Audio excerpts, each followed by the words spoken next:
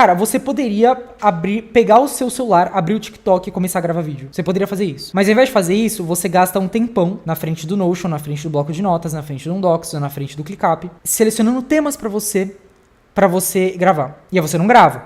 E você fica escrevendo. Aí você abre o TikTok e o Instagram, você fica salvando vídeos e você não grava.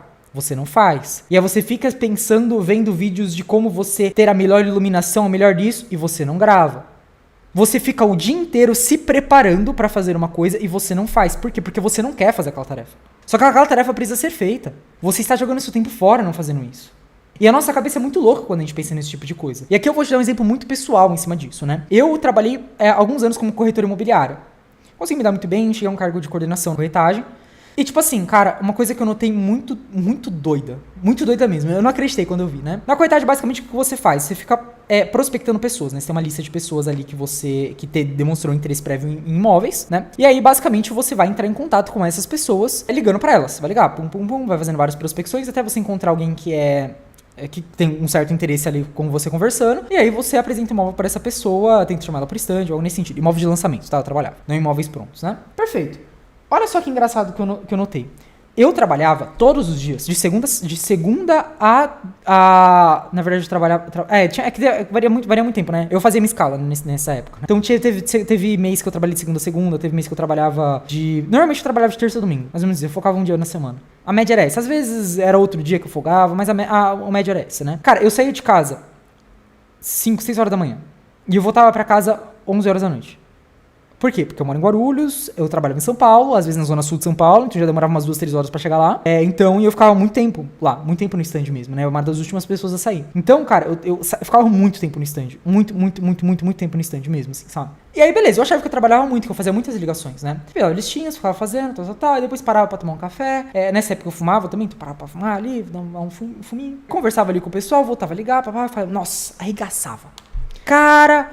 Trabalhava muito, todo mundo na minha volta falando, cara, mas você trabalha muito, porque eu trabalhava 6 por 1 e trabalhava muitas horas por dia, o dia inteiro, eu chegava em casa só pra dormir, basicamente, né? Perfeito. Cara, chegou um dia em que meu gerente virou pra mim e ele falou assim, ô Manu, seus resultados são baixos. Você não tá conseguindo chamar muita gente aqui pro stand. Aí, ele virou pra mim e falou assim, ó, tá, vamos fazer o seguinte, não só com você, mas eu tô vendo que isso tá acontecendo com as outras pessoas da equipe, eu vou colocar uma meta. Quem conseguir bater um X número de prospecções até o dia tal, eu vou dar um presente. Que no presente era um laser, assim, era bem legal o laser dele e tal. Eu falei, perfeito, vamos lá, vamos pra cima. Aí ele me deu uma folhinha pra eu ficar marcando a quantidade de prospecções. Eu não marcava, eu só ia ligando. Ia ligando normal, assim, né? Perfeito. Dia 1, eu percebi que eu fazia, tipo, 30 ligações no dia. Cara, eu ficava umas 10 horas no stand. 8, 10 horas no stand. Mais de 8, na verdade, umas 10 horas no stand. E eu fazia 30 ligações. E eu ficava cansado no dia. No final do dia eu tava morta. Tipo assim, exausta.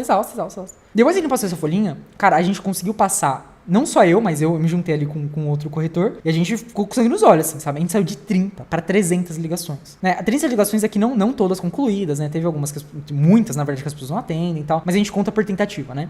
Mas os 30 também é tentativa, tá? 300 ligações. Eram muitas ligações. A gente terminava muitas folhinhas, né? Cara... E depois de fazer todas essas ligações, 300 ligações, todas essas, todos os dias, o meu cansaço era igual. Era igual. Cara, eu não sei o que acontece na nossa cabeça. De verdade, eu queria falar pra vocês, eu queria explicar pra vocês o que acontece. Eu não sei o que acontece na nossa cabeça. Mas você fazer um processo de 30 ou 300 ligações, no meu caso, foi igual. Às vezes, qual que é a moral da história que eu tô querendo trazer aqui? Que às vezes você trabalha. Mesmo, você trabalha, você faz as coisas. Só que às vezes você não trabalha tanto, você não produz tanto resultado. Quer dizer, você trabalha bem, mas você não produz tantos resultados. E às vezes o que você está fazendo não é importante.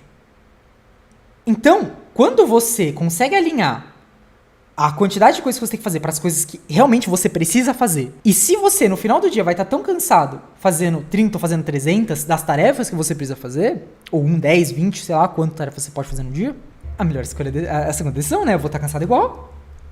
É interessante, né, isso, né? Perfeito. Nosso cérebro gosta de recompensa. Cara, mas é que nesse caso, tipo assim, nem tinha tanta recompensa assim. Entendeu? Eu não sei se... Pode ser, talvez até seja uma forma de recompensa, por quê? Porque nesse modelo que eu estava, no meu caso específico, né? Eu tava junto com outro corretor e a gente ficava competindo ali, né? Tá, terminei a folhinha, terminei outra. A gente ficava meio que nessa competição, né? Aí talvez dava uma recompensa nisso, né? Aí talvez, aí beleza, pode ser uma coisa assim, entendeu? Mas é muito engraçado a gente parar pra pensar nesse tipo de coisa, né? Mas vamos lá, vamos continuar aqui. O que eu quero que vocês entendam é que hoje você vai aprender a treinar como atleta de elite. Né? O que é atleta de elite? Pra quem tá fora, não entendeu essa analogia, né? Aqui, essa é a terceira aula do Basicão, que é uma playlist que eu tô fazendo no YouTube, que é basicamente um mini curso sobre coisas básicas aqui que eu acho na questão de marketing para psicólogos, né? E esse Basicão, a gente tá fazendo uma analogia com maratonista. Né? Cada aspecto, cada aula, a gente tá colocando um apetrecho, dá pra dizer assim, né, nesse maratonista e tá fazendo uma analogia com o sucesso terminando a maratona, né? Você sendo um maratonista e os seus concorrentes sendo outros maratonistas e a gente quer que você ganhe essa maratona, entendeu? É basicamente isso. E a aula de hoje, a alta produtividade, como eu falei no começo da live, ela é sobre, basicamente, o treino. Cara, qual que é a chance de um maratonista ganhar uma maratona se ele não treina? Se ele nunca treinou? Baixa, né? Praticamente zero, dá pra dizer assim, né? A não ser que você só ele na maratona. Pô, é complicado, né? Mas é basicamente zero, né? Você precisa treinar pra fazer as coisas, né? E eu vou te ensinar a organizar a sua agenda para focar no que traz resultado. A criar hábitos automáticos que eliminam a preguiça e a aprender qualquer nova habilidade na velocidade da luz. Um atleta que nunca treina, que não treina, nunca vai ganhar uma maratona. O seu treino é sobre a capacidade de fazer coisas e coisas mais importantes em menos tempo. Em outras palavras, alta performance, né? Vamos começar do começo, né? Aqui eu quero... Putz, isso aqui é muito importante, cara. Eu quero fazer uma nota pra vocês. As pessoas subestimam demais o comportamental. A técnica é importante? Com certeza, mas a parte comportamental, na maior parte das vezes, é a mais importante. E eu não tô dizendo tão importante quanto. A parte comportamental é mais importante do que a parte técnica. Muito mais importante que a parte técnica. Entendeu? Então, eu posso até falar aqui que, olha só.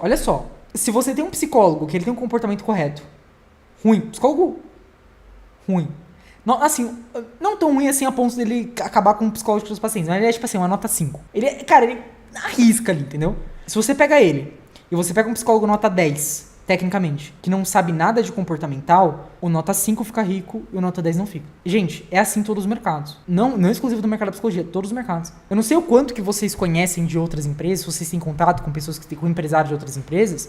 Claro, empresários de outras empresas, né? Mas assim, cara, é muito comum você encontrar empresários que eles não sabem nada do negócio deles. E os caras são ricos. Cara, é comum, de verdade, é comum, muito comum, inclusive, você encontrar pessoas que são incompetentes na empresa delas e elas são ricas. Ricas assim, tá? Pra parâmetros de uns 20, 30 mil reais, 40 mil reais. Gente, isso é louco de pensar. É muito doido. A gente acha de verdade que quanto mais tecnicamente a gente for melhor, mais dinheiro, mais bem sucedido financeiramente. Gente, eu não vou ficar dando disclaimer. Toda vez que eu falar bem sucedido, eu tô falando de bem sucedido financeiramente, tá? Quando você ficar bem sucedido, ela acha que é de você estudar mais, você aprender mais. E não é. Não é. Isso é uma parte, sim. É uma parte importante também. Mas apenas ela não funciona. Você consegue encontrar diversos exemplos de pessoas que são completamente incompetentes na empresa delas e elas conseguem muito dinheiro. Agora, você não consegue encontrar pessoas que são incompetentes em questão de comportamento e conseguem ganhar muito dinheiro. Muito difícil. Até mesmo, claro, você pode até encontrar, na verdade, só que vai ser muita exceção. Entendeu? Até mesmo empresa. Se você for trabalhar dentro da empresa, até mesmo dentro da empresa. Pra você ser líder, gestor, diretor, cargo de liderança, você precisa ter habilidade comportamental. Ninguém é demitido numa empresa por conhecimento técnico, tá? Quer dizer, mas 80% das demissões, tem até uma pesquisa falando sobre isso. Se eu não me engano, é por volta de 80%. 80% das demissões são feitas por conta de comportamento. Não é por conta técnica, por conta de conhecimento que você sabe, ou não. Por quê? Porque a parte técnica é de extrema importância. E negligenciar isso é você fechar os olhos para como é que funciona o mundo.